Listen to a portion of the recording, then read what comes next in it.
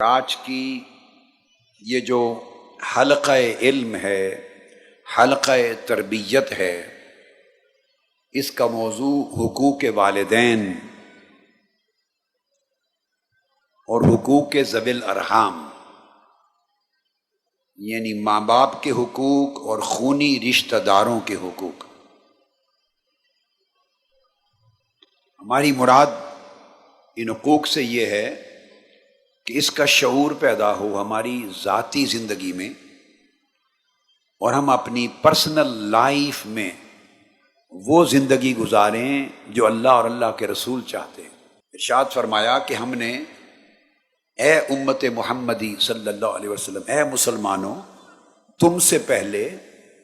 ہم نے بنی اسرائیل سے بھی یہ وعدہ لیا تھا کہ اللہ کے سوا کسی اور کی عبادت نہ کرنا، یعنی توحید کا سبق دیا تھا اور شرک سے روکا تھا۔ تو اللہ کی توحید کے حکم کے ساتھ دوسرا حکم دیا تھا وَبِالْوَالِدَيْنِ احسانا، اور اپنے ماں باپ کے ساتھ بڑا اچھا سلوک کرنا، ماں باپ کے ساتھ بھلائی کے ساتھ پیش آنا، پھر اپنے خونی قریبی رشتہ داروں کے ساتھ بھلائی کرنا، پھر یتیموں اور محتاجوں کے ساتھ بھلائی کرنا، پھر تمام لوگوں کے ساتھ جب گفتگو کرو تو بڑے اچھے اخلاق سے، مسکراہٹ کے ساتھ،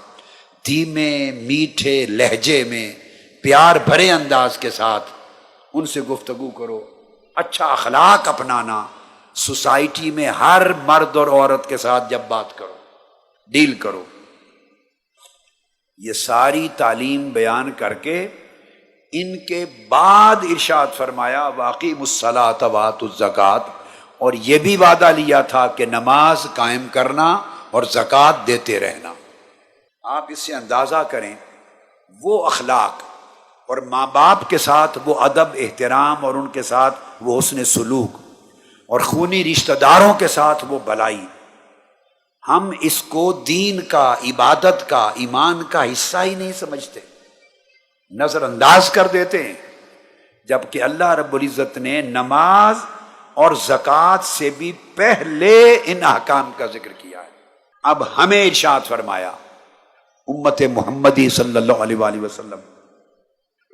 یہ سورہ نساء میں ہے،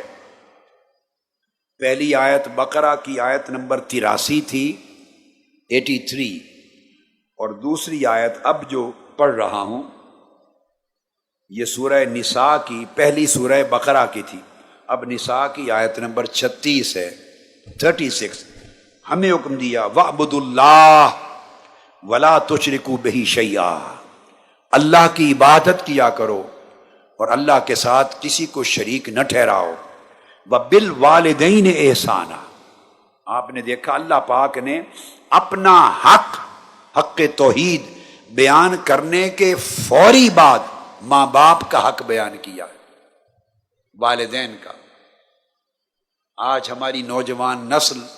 والدین کے حقوق کو سمجھنے سے قاصر ہے، اور پھر فرمایا وَبِذِي الْقُرْبَى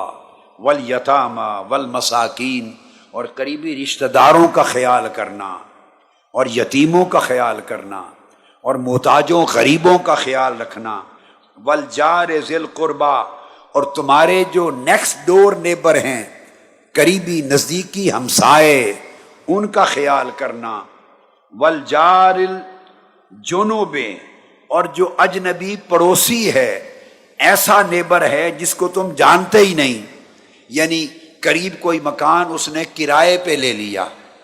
اور نیبرہڈ میں آ گیا، اس کا بھی خیال کرنا، اس کے دکھ سکھ کا خیال کرنا، وَالصَّاحِبِ بِالْجَنبِ، اور جس کی مجلس اور صحبت میں بیٹھتے ہو، جن کے ساتھ تمہارا اٹھنا بیٹھنا ہے، اس کے حقوق کا بھی خیال کرنا، وَابْنِ السَّبِیلِ، اور مسافر کا بھی خیال کرنا، جس کے ساتھ آپ نے مل کے سفر کیا ہے اس کا بھی خیال کرنا، اور کوئی مسافر آ جائے تو اس کا بھی خیال کرنا، وَمَا مَلَكَتْ أَيْمَانُكُمْ، اور جن کے تم مالک ہو چکے ہو، اور ہمارے دور میں جو گھروں میں خدمت گزار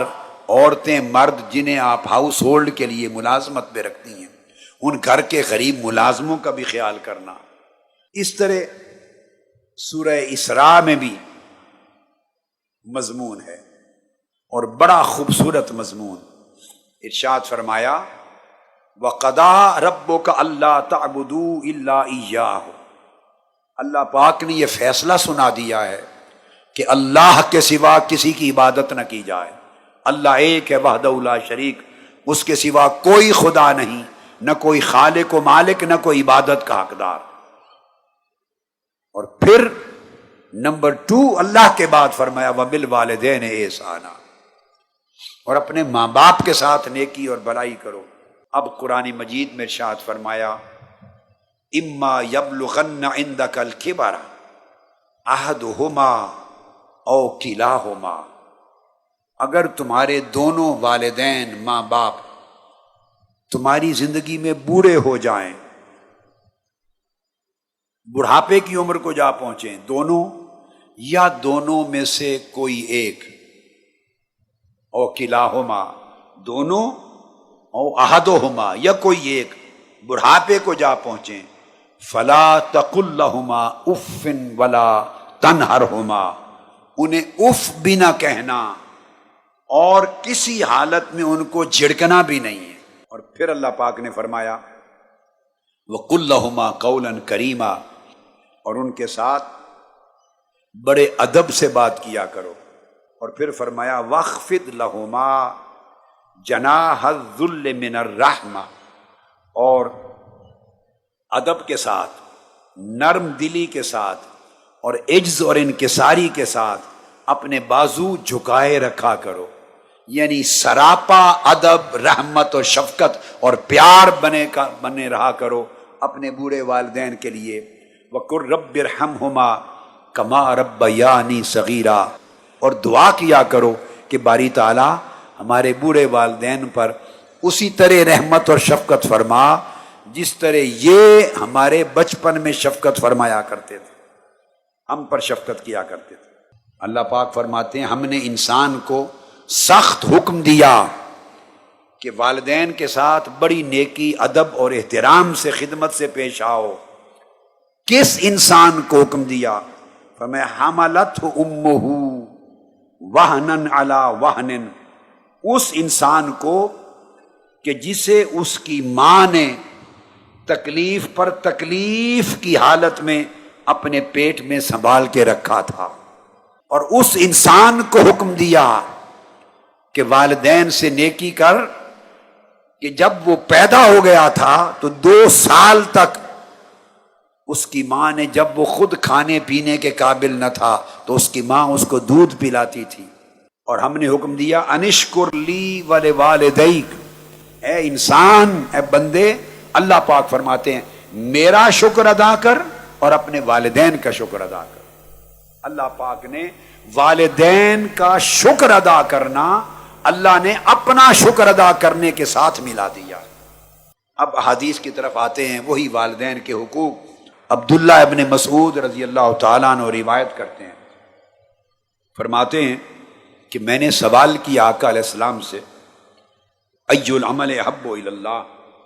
کہ اللہ تعالیٰ کو سب سے زیادہ کون سا عمل محبوب ہے،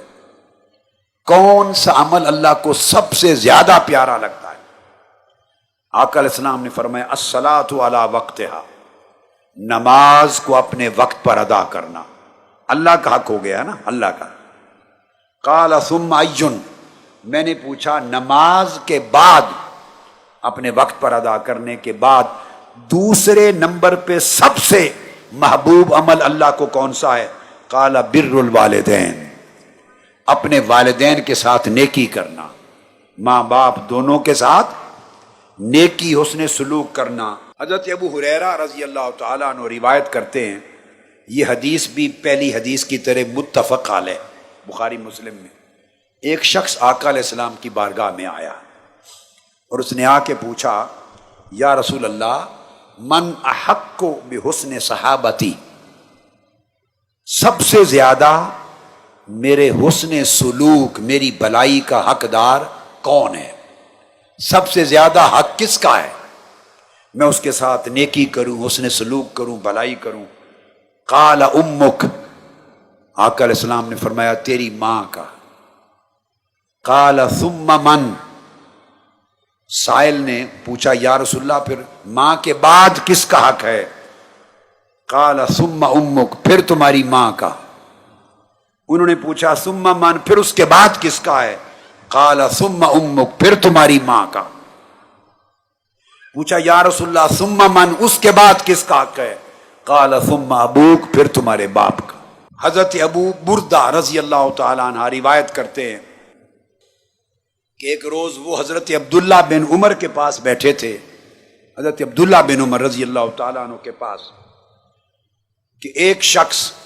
یمن کا رہنے والا ورجل یمانی یطوف بالبیت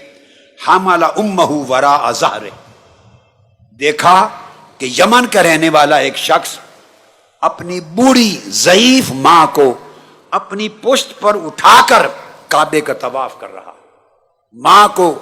پشت پر اٹھا کر طواف کر رہا ہے۔ فرماتے ہیں جب وہ طواف سے فارغ ہوا تو حضرت عبداللہ بن عمر کے پاس آیا اور آ کے پوچھتا ہے اترانی جزیتھا، اے عبداللہ بن عمر رضی اللہ تعالیٰ عنہ،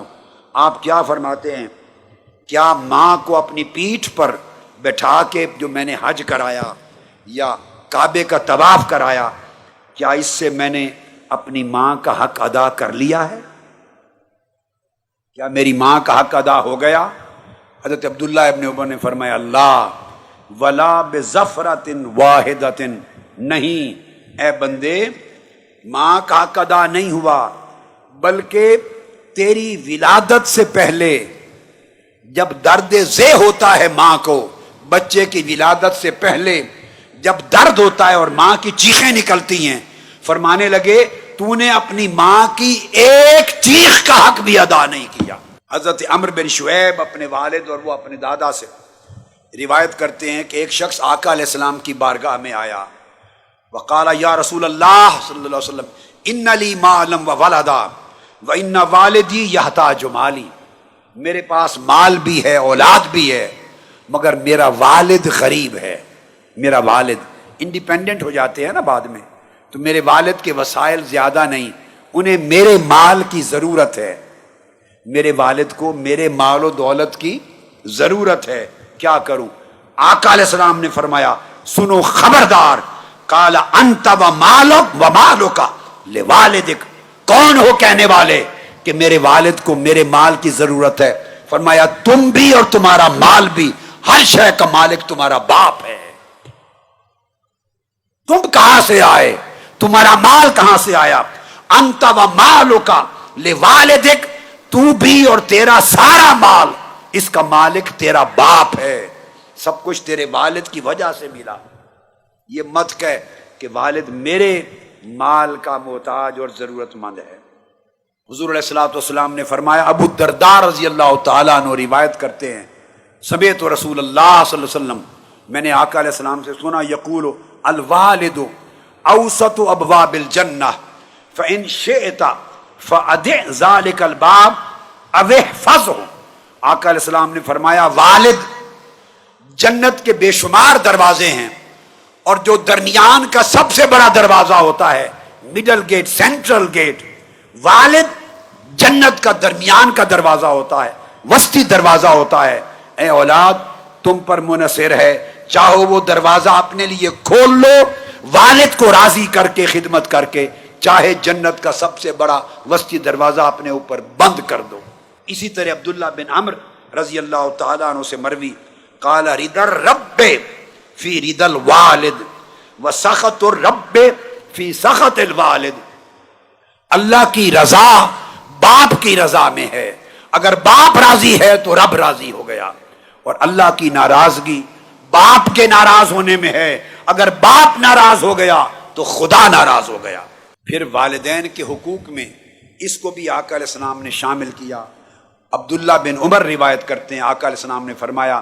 قال ابر البر ان یصل الرجل ود ابیہ، اور فرمایا آقا علیہ السلام نے کہ سب سے بڑی نیکی یہ ہے، سب سے بڑی نیکی یہ ہے کہ کوئی شخص اپنے والد کے دوستوں کے ساتھ بھی نیک سلوک جاری رکھے۔ باپ کے دوست تھے،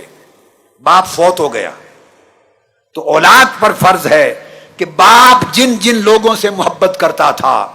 باپ کے جو جو دوست تھے، تو بیٹا اور اولاد باپ کے دوستوں کے ساتھ بھی نیک سلوک رکھے۔ آقا نے فرمایا یہ نیکیوں میں سب سے بڑی نیکی ہے۔ اور دوسری روایت میں فرمایا ان من ابر البر صلۃ الرجل اہل ود ابیہ بعد ان یولیہ، باپ کے فوت ہو جانے کے بعد باپ کے دوستوں سے اچھا سلوک کرتے رہنا یہ سب سے بڑی نیکی ہے۔ میرے بھائیوں اور میری بہنوں، ایک خاص چیز آقا علیہ الصلوۃ والسلام نے اہم ارشاد فرمایا، اور وہ یہ فرمایا کہ جو شخص یہ چاہے کہ میری عمر میں اضافہ ہو اور جو چاہے کہ میرے رزق میں اضافہ ہو، اسے چاہیے کہ خونی رشتوں پر احسان کیا کرے۔ ابو ہریرہ رضی اللہ تعالیٰ عنہ روایت کرتے ہیں من سرہ ان یبسط لہ فی رزقہ وان ینسأ لہ فی اثرہ فلیصل رحمہ، جو شخص چاہتا ہے کہ میرا رزق مال و دولت بڑھ جائے، تجارت اور رزق بڑھ جائے، اور چاہتا ہے کہ میری عمر بڑھ جائے، وہ اپنے خونی رشتوں پر احسان کرے۔ اور خونی رشتوں پر احسان یہ ہے کہ اگر وہ آپ سے برائی بھی کریں تب بھی آپ ان سے اچھائی کرو، اگر وہ آپ سے زیادتی بھی کریں تب بھی آپ ان سے اچھائی کرو،